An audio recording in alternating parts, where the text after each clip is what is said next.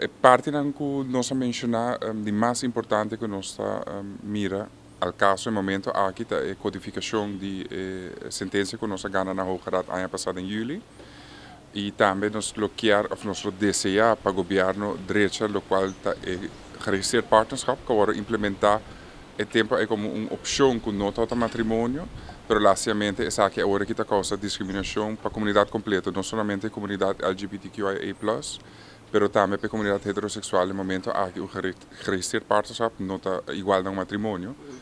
E por último, acessibilidade na sociale ondersteuning, medische ondersteuning e comunicação com o Corpo Polícia Aruba. Esse é o ponto que mais importante que a Fundação Orgulho a conversar com o formador. Feedback dina?